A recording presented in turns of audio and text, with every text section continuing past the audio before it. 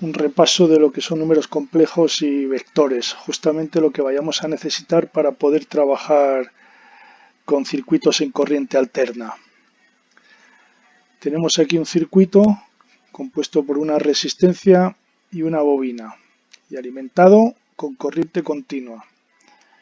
En el momento que a ese circuito le aplicamos una energía, le conectamos un voltaje, pues circulará una corriente. Ya sabemos que cuando una bobina es atravesada por corriente continua, la bobina no presenta ninguna oposición. Es decir, aquí calcularíamos la intensidad del voltaje que estamos aplicando al circuito dividido la única oposición que hay en este circuito, que es la resistencia. El voltaje de la resistencia, por lo tanto, R por I, según la ley de Ohm, todo el voltaje se quedará en esa resistencia. El voltaje de la bobina, 0 voltios. No ha presentado ninguna oposición. La potencia, pues ya sabemos que la única que se va a disipar en este circuito es la debida a la resistencia, que sabemos que viene dada por R por I cuadrado. Bien, bueno, todos estos valores que hemos determinado en corriente continua los podemos encontrar en la recta de los números reales. 0, números hacia infinito negativo y números hacia infinito positivo. Entonces cualquiera de los valores, repito, los encontramos en esa recta de los números reales. Vamos a ver qué pasa cuando ese mismo circuito lo alimentamos con corriente alterna, una corriente alterna senoidal, por ejemplo, que tiene un voltaje eficaz y una frecuencia determinada. En este caso también aparecerá una corriente, pero van a aparecer fenómenos nuevos. Ahora ya no va a haber solo una oposición. El hecho de que haya aparecido una señal, una corriente alterna con una frecuencia determinada, origina otro tipo de oposición a esa corriente. Bueno, ya veremos que es más que nada esas variaciones de corriente. Bueno, esa oposición la va a presentar la bobina. Vimos antes en corriente continua que esa oposición existía. Ahora en corriente alterna existe. Entonces, ahora la oposición total va a ser, como ya sabemos, dos oposiciones en serie. La oposición total se suma. Las leyes no van a cambiar porque estemos en continua o estemos en alterna. Entonces, sumaremos esas dos oposiciones y obtendremos la oposición total. Pero esta nueva oposición que ha aparecido no es de la misma naturaleza que la R. No se opone de la misma manera y, por supuesto, la suma de las dos oposiciones tampoco es de la misma naturaleza que la R, como ocurría con corriente continua. Estas oposiciones han surgido por el hecho de aplicar una corriente alterna. Bien, la intensidad, por lo tanto, el voltaje dividido la oposición total. El voltaje que vamos a tener ahora se va a repartir en las dos cargas que tenemos. Cada una ha presentado una oposición y cada una tendrá un voltaje diferente. Si esas dos oposiciones eran diferentes, por supuesto. Pero el voltaje que cae en la resistencia tampoco va a ser de la misma naturaleza que el voltaje que se va a quedar en la bobina. Por supuesto, podemos analizar este circuito en corriente alterna con unas matemáticas más o menos complejas, cuyos valores vamos a encontrarlos, por supuesto, en la recta de los números reales. Pero yo voy a utilizar otros números que no van a estar en esa recta de los números reales solamente, que van a ser los complejos y los vectores. Ahora veremos cómo se puede utilizar eso. Creo que es mucho más gráfico y más fácil de entender el comportamiento que van a tener los componentes bobina, condensador y resistencia en corriente alterna trabajando con complejos y vectores que utilizando una matemática más o menos compleja que sí, llegaremos a la misma conclusión, pero no es tan visual. Bien, ¿dónde van a estar estos complejos, estos números complejos? Bueno, pues esos números complejos ya no van a estar en la recta de los números reales, es decir, puedo encontrar parte de esos números complejos en esa recta, como veré ahora, pero los voy a encontrar fuera de esa recta. Bien, ¿y cómo trabajo con unos números que no están en esa recta de los números reales? Bueno, vamos a verlo. Aquí tenemos la recta de los números reales y aquí, como vemos, ha aparecido otra recta, que es la de los números imaginarios. Aquí estaríamos en el origen de todos los números, tanto reales como imaginarios, es decir, aquí estaría el 0 y tenemos aquí un número complejo. Bien, ¿cómo definimos ese número complejo? ¿Cómo nos referimos a ese número complejo? Bueno, pues como tenemos dos rectas, podemos ubicarlo según unas coordenadas. Es decir, este número complejo tiene tanto de real, tanta magnitud de real, y tiene tanta magnitud de imaginario. Bueno, pues entonces ese número ya lo tengo identificado como la parte que tiene de real A más la parte que tiene imaginario B. Los dos son positivos porque los dos están en la parte positiva de esas dos rectas, de la de números reales, la es positiva, y la de números imaginarios, la B es positiva. Entonces, para indicar qué parte de este número complejo es real e imaginaria, a la parte imaginaria le añadimos la letra J. También podemos verlo como añadiendo la letra I minúscula. Es lo mismo, la I y la J nos van a indicar los dos casos de que el número con el que está asociado pertenece a la recta de los números imaginarios.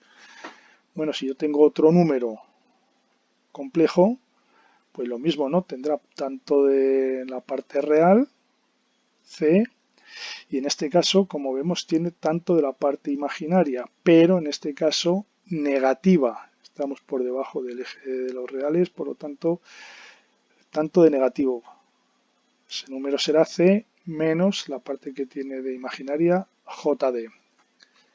Si el número complejo está en esta otra cuadrante, pues vemos que tiene de parte real negativo, la magnitud de E, negativo, y también tiene una parte imaginaria que es negativa, en este caso la F, pues menos JF. Bien, de esta manera yo puedo representar cualquier número complejo, es decir, cogiendo la parte real, si es positiva o negativa, y añadiendo la parte imaginaria también con su signo correspondiente, positivo o negativo. Y en esa parte imaginaria añadiéndole una J o una I. Bien, esta forma de representar los números complejos se llama forma rectangular. Bien, ese número complejo también lo puedo representar mediante un vector. Es decir, este número complejo tiene tanto de la parte real, A, y tanto de la parte imaginaria, B. También puedo representarlo mediante un vector que vaya desde el origen de coordenadas hacia ese número y va a tener una longitud determinada. Bueno, esa longitud se llama el módulo de ese vector. Y va a estar con respecto al eje horizontal un ángulo determinado, alfa. Con este ángulo y este módulo yo ya tengo identificado exactamente en qué posición del plano está ese número complejo. Por lo tanto, puedo representarlo de dos maneras. Forma rectangular o esta otra forma que sería mediante el módulo y el argumento, el ángulo con respecto al eje horizontal. Esta forma sería forma polar. Entonces, ¿cómo puedo pasar de una forma a otra?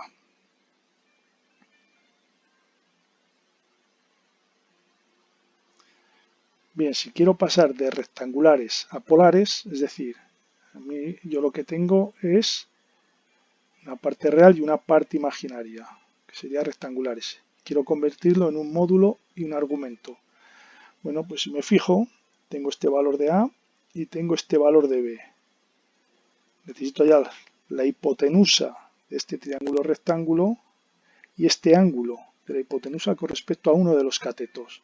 Bueno, pues para hallar el módulo, la hipotenusa, simplemente tengo que aplicar el teorema del señor Pitágoras. Con eso tendría ya el módulo. Y para el argumento, para el ángulo, tengo el cateto opuesto y tengo el cateto adyacente. Es decir, tengo el valor de B, que es la parte imaginaria, y tengo el valor de A del cateto adyacente. Por lo tanto, realizando el arco tangente de B entre A, determinaré cuánto es el ángulo alfa.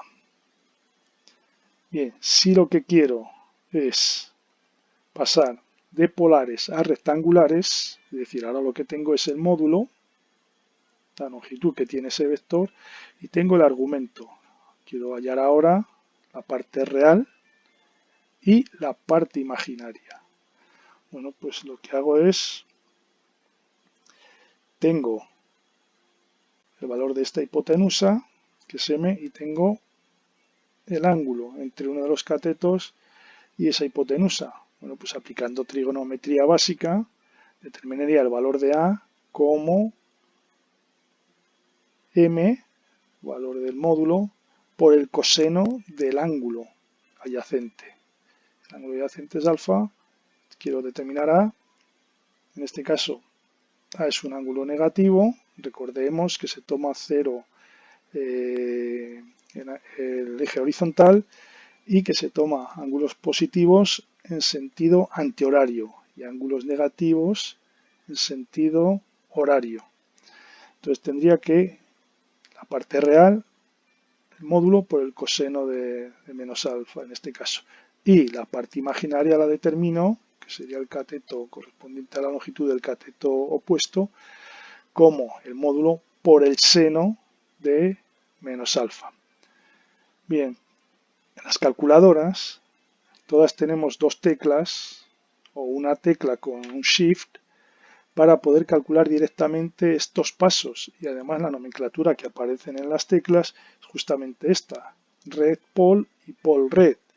Entonces, si quiero pasar de rectangulares a polares, le introduzco el valor de la parte rectangular A y B y me devuelve M y alfa. Si lo que quiero es polar a rectangular, introduzco M y alfa con su signo y me va a devolver A y B. Bien, vamos a ver qué operaciones podemos hacer, que son las que vamos a hacer realmente, no vamos a pasar más allá. Con complejos va a ser suma y resta y multiplicación y división. Entonces nos interesa saber cómo operar para poder realizar estas operaciones. Para la suma y resta, lo primero, debe estar ese número complejo, ese vector dado, en forma rectangular, es decir, con su parte real y su parte imaginaria. Los vectores que queramos sumar o restar. Bien, supongamos estos dos vectores, A más JB, que queremos sumarlo con C menos JD. Es decir, esto es un vector y esto es otro vector. Un número complejo, otro número complejo. Bueno, pues lo que hay que hacer en la suma, una vez que los tenemos en rectangulares, si lo tenemos en polares, pues lo pasamos a rectangulares, tal como tenemos aquí, y solucionar la primera dificultad. Y entonces sumaríamos la parte real de ambos complejos, es decir, A con C, y esa suma sería la parte real de la solución, del vector solución. Por otro lado, sumaríamos la parte imaginaria de ambos complejos y esa suma sería la solución de la parte imaginaria. Ojo que hay que tener en cuenta los signos, es decir, en este caso estoy sumando la parte imaginaria que es más B con la parte imaginaria que es menos D. Por lo tanto, esa suma es B menos D, lo que tengo aquí. Y esa parte imaginaria pues sería la parte imaginaria de la solución. Si lo que queremos es hacer una resta de esos vectores, lo mismo. Restaríamos la parte real, en este caso A menos C, y esa sería la parte real de la solución, del vector solución. Y restaríamos la parte imaginaria, y eso sería la parte imaginaria de la solución. Como siempre, teniendo en cuenta los signos. En este caso, tendríamos B menos JD. Eso se convierte en B más D, parte imaginaria de la solución. Bien, lo que queremos ahora es multiplicar o dividir esos vectores. Bien, para el producto, para la multiplicación, tiene que estar en forma polar. Si está en forma rectangular, lo pasamos a polar de esta manera. Es decir, tiene que estar en forma de un módulo y un argumento. Bien, pues para realizar el producto, lo que hacemos es multiplicar los módulos. Y esa multiplicación será el módulo de la solución. En este caso, m por n. En cuanto a los argumentos, lo que hacemos es sumarlos. Sumaríamos el argumento de uno de los vectores más el argumento del otro vector, teniendo en cuenta el signo que tenga. Aquí, si los dos son positivos, pues a más b. Si a fuera, por ejemplo, alfa fuera menos alfa, pues aquí tendría que aparecer menos alfa más beta. Si los dos fueran negativos, menos alfa menos beta, y así sucesivamente. Es decir, hay que tener en cuenta los signos que tienen los argumentos. Bien, si lo que queremos es una división, hacemos la división de los módulos y eso será la solución del módulo. O sea, el módulo de la solución será la división entre los dos módulos de los vectores, en este caso m entre n. Y en cuanto al argumento, lo que hacemos es restar del numerador el denominador, es decir, en este caso de alfa habría que restarle beta, alfa menos beta, teniendo en cuenta el signo. Si aquí, por ejemplo, tuviéramos menos beta, esto se convertiría en alfa más beta, ya que tendríamos menos se convertiría en más. Bien, pues con estas operaciones y la forma de pasar de rectangular a polar y polar a rectangular, pues podemos abordar todo lo que compete al comportamiento de las bobinas, condensadores y resistencias en un circuito alimentado con corriente alterna.